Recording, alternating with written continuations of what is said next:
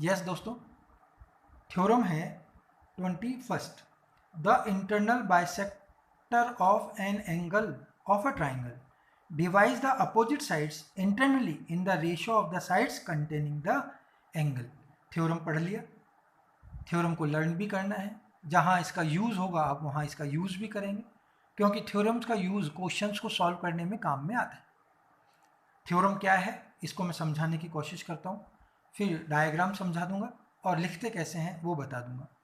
तो थ्योरम कहती है कि कोई एक ट्राइंगल है, ट्राइंगल ए बी सी। अब वो कहता है कि किसी भी ट्राइंगल के एक इंटरनल एंगल का बाइसेक्टर यू नो कि एंगल है, सपोज करो 60 डिग्री, तो बाइसेक्टर का मतलब हो जाएगा 30 डिग्री में टू पार्ट्स में डिवाइड कर देगा, 30 डिग्री में, तो ये बाइसेक्टर हो गया। जो बाइसेक्टर है अगर वो ड्रॉ किया जाए तो आगे जो सामने वाली लाइन है उस लाइन को वो कहीं ना कहीं कट करेगा, जहाँ इंटरसेक्ट करेगा, कट करेगा, वो पॉइंट सामने वाली लाइन को उस ही रेशो में, मतलब B D upon D C, उसी रेशो में कट करेगा जिस रेशो में वो एंगल बना हुआ है, जिन साइड्स के रेशो में वो एंगल बना हुआ है। It means A B upon A C. समझिएगा, किसी भी ट्राइंगल के एक इंटरनली एंगल का जो बाइसेक्टर है वो सामने वाली साइड को जिस रेशो में कट करता है, मतलब B D upon D C ये रेशो में कट करता है, तो वही रेशो इक्वल होगा किस साइड्स के, जिन साइड से वो एंगल बना हुआ है। तो किस साइड से बना हुआ है, ए बी साइड और ए सी साइड से वो बना हुआ है, तो ए बी अपॉन ए सी, ये आपको प्रूव करना है और ऐसा होता है। आइएगा, इसको समझने के लिए मैं क्या करूँगा और क्या करना है वो देखिएगा। First of all triangle A B C देखिएगा, एंगल ए का बाइसेक्टर है ए डी, जो कि बी सी को डी पर मिलता है। एंगल 1 और एंगल 2 इक्वल होगा क्योंकि ए डी बाइसेक्टर है। आप क्या करेंगे, बी ए को आगे एक्सटेंड करेंगे और डी ए के पैरेलल एक सी पॉइंट से लाइन ड्रॉ करेंगे।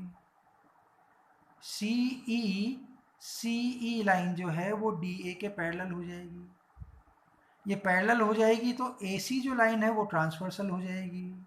ये ट्रांसवर्सल हो जाएगी तो बच्चों एंगल 2 एंगल 3 के इक्वल हो जाएगा। एंगल 2 जब एंगल 3 के इक्वल होगा तो एंगल 1 भी एंगल 3 के इक्वल होगा नहीं होगा। और आप एक बात देखेंगे कि हम क्या करेंगे, हम एंगल 2 एंगल 3 के इक्वल हो जाएगा। एंगल 3 जो है एंगल 4 के इक्वल है, वो मैं बताऊंगा कैसे है। तो एंगल 1 और एंगल 4 भी इक्वल हो जाएगा। तो एंगल 2 एंगल 3 के बराबर है, एंगल 1 एंगल 4 के बराबर है। आपको मैं बता देता हूँ कि जब दो पैरेलल लाइन कट करती हैं और इस तरह ट्रांसवर्सल लाइन बनती है तो ये एक्सटीरियर जो एंगल होते हैं, करस्पॉन्डिंग एंगल जो होते हैं वो इक्वल होते हैं। तो ये करस्पॉन्डिंग एंगल है 4 और 1, 2 और 3 अल्टरनेटिव एंगल हैं। अब 1 4 के इक्वल है, 2 3 के इक्वल है। हम जानते हैं 1 एंगल और 2 एंगल इक्वल है, तो 3 और 4 भी इक्वल हो गए। जब बच्चों 3 और 4 इक्वल हो गए तो अपोजिट साइड्स जो हैं ए सी और ए ई ये भी इक्वल हो जाएंगी। यही इसका बेस है। समझ में आ गया। अब क्या होगा, पूरा का पूरा आपको एक ट्राइंगल देखना पड़ेगा, बी ई सी डी। कौन सा ट्राइंगल देखना पड़ेगा, बी ई सी डी। ये आपको ट्राइंगल, इसमें क्या होगा, D A line B C के पैरेलल होगी। तो अभी हमने थ्योरम पढ़ी थी B D upon D C, तो इधर बी ए अपॉन ए ई हो जाएगा। ओके, और जो ए ई है वो ए सी के इक्वल है, तो ए ई की जगह ए सी लिख देंगे। तो आप देखेंगे बी ए मतलब A B upon A C equal to B D upon D C. मैं आपको 100% कहता हूँ कि आपको समझ में नहीं आया होगा, क्योंकि समझाने वाला मैं हूँ, मुझे तो समझ में आ रहा है, लेकिन समझने वाले को ये देखना होगा कि सर जो समझा रहे हैं, सपोज करो समझ में नहीं आया तो इस सीडी को या इस वीडियो को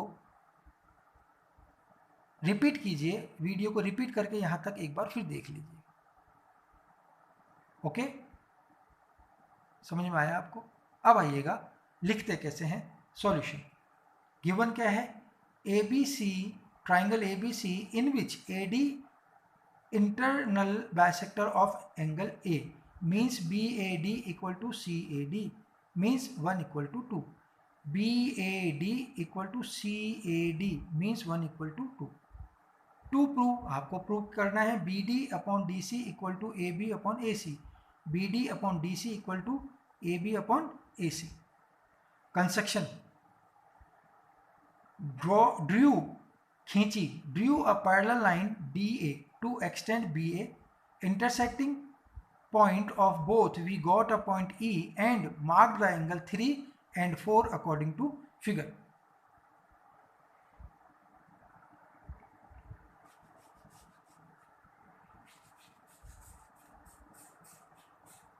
देखिएगा कंस्ट्रक्शन में क्या किया, जो कंस्ट्रक्शन में कहा गया, draw a parallel line DA, DA parallel line, DA line के पैरेलल एक CE लाइन हमने ड्रॉ की, extend BA to E, BA को आगे E तक बढ़ाया, जहाँ ये कट करते हैं वहाँ E पॉइंट का नाम दे दिया, और एंगल 3 और 4 हमने मार्क कर दिया। ये प्रूफ में आ गया। Any problem? अब आइएगा, अब आइएगा प्रूफ, राइट? प्रूफ में क्या करना है हमें, देखिएगा प्रूफ में क्या करना है, देखिएगा by construction AD parallel to EC and AC transversal line, angle 2 equal to angle 3 हो जाएगा। Again AD parallel to EC and BE transversal line, therefore angle 4 equal to angle 1 equal to angle 4 हो जाएगा, corresponding angle. अब आप कहेंगे कैसे sir, तो देखिएगा डायग्राम को समझने की कोशिश कीजिएगा। प्रूफ में किया हमने DA बोल दो या इसको AD बोलो, alphabetical, AD parallel to CE हमने अभी बाय कंस्ट्रक्शन किया, और AC ट्रांसवर्सल लाइन है तो angle 2 equal to angle 3।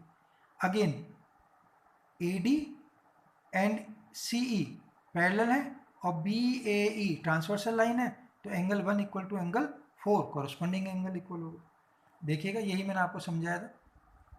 But again 1 equal to 2 given, angle 1 angle 2 के इक्वल है, ये गिवन है, देयरफॉर एंगल 1 एंगल 4 के इक्वल है, एंगल 2 एंगल 3 के इक्वल है, इसलिए एंगल 3 इक्वल टू एंगल 4 हो जाएगा। आप समझ गए होंगे, एंगल 3 इक्वल टू एंगल 4 हो जाएगा। तो हम ट्राइंगल, किसी भी ट्राइंगल ACE को देखेंगे, इसमें अगर एंगल इक्वल हैं तो अपोजिट साइड्स भी क्या होंगी, इक्वल होंगी। तो आप कहेंगे AC इक्वल टू AE, इस बात को हम यहाँ कहेंगे। Again in triangle ACE angle 3 equal to angle 4, therefore AE equal to AEC, opposite sides of a equal angles in a triangle. Again in triangle BCE DA parallel to EC, इस तरह triangle में देखें तो हमने ये theorem पहले पढ़ चुके हैं कि किसी भी ट्राइंगल की वन साइड के पैरेलल जब एक पैरेलल लाइन ड्रॉ करते हैं तो वो parallel line other two sides को क्या करती हैं, प्रोपोर्शनली इंटरसेक्ट करती हैं। जैसे इस थ्योरम को, ये पैरेलल लाइन हो गई, ये पैरेलल हो गई, तो this upon this, this upon this, ये हमने पढ़ा है। Okay, this upon this, this upon this. Any problem?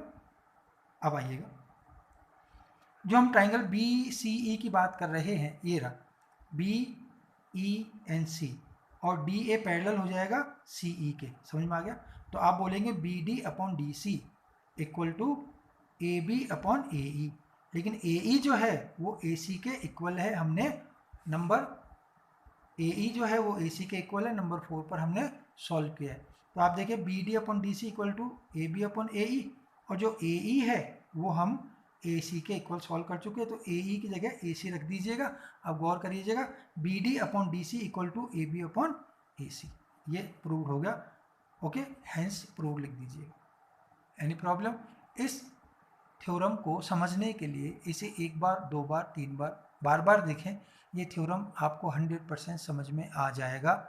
और सावन स्कूल के बच्चों के लिए लाभदायक और प्रॉफिटेबल ये है कि जो आप वीडियो देख रहे हैं उनकी बुकलेट्स आपके हाथ में होंगी। जब आप थिएटर में जाएंगे, मूवी देखेंगे ये वीडियोस जब आपको थ्योरम्स दिखाई जाएंगी तो बुक आपके हाथ में होगी, तो बुक में दिखेगा और वीडियो पे समझा दिया जाएगा। एक बार टीचर आपको पढ़ा ही चुका होता है, क्लास में कॉन्सेप्ट क्लियर हो ही जाते हैं। उसके बाद जब आप फ्री टाइम में ये वीडियोस देखेंगे तो ये थ्योरम्स क्लियर हो जाएंगी। आप एक बात और ख्याल रखें कि ये थ्योरम आपको समझ में नहीं आए तो आप डिसलाइक करने की बजाय आप ये देखिएगा कि आपको करस्पॉन्डिंग एंगल, अल्टरनेटिव एंगल, ये एंगल्स जो हैं वो आपको क्लास में पढ़ाए गए हैं या नहीं पढ़ाए गए, या इन एंगल्स के बारे में आप जानते हैं, या 9th क्लास की जो थ्योरम्स हैं वो आप जानते हैं या नहीं जानते तो एक से लेकर मेरे ही वीडियोज़ हैं, थ्योरम नंबर 1, थ्योरम नंबर 2 से लेकर थ्योरम नंबर 18 तक। 18 थ्योरम्स क्लास 9th की हैं, उन्हें आप देखें तो ये 10th क्लास की थ्योरम आपको बहुत अच्छी लगने लगेंगी और समझ में आने लगेगी। Thank you, thanks a lot.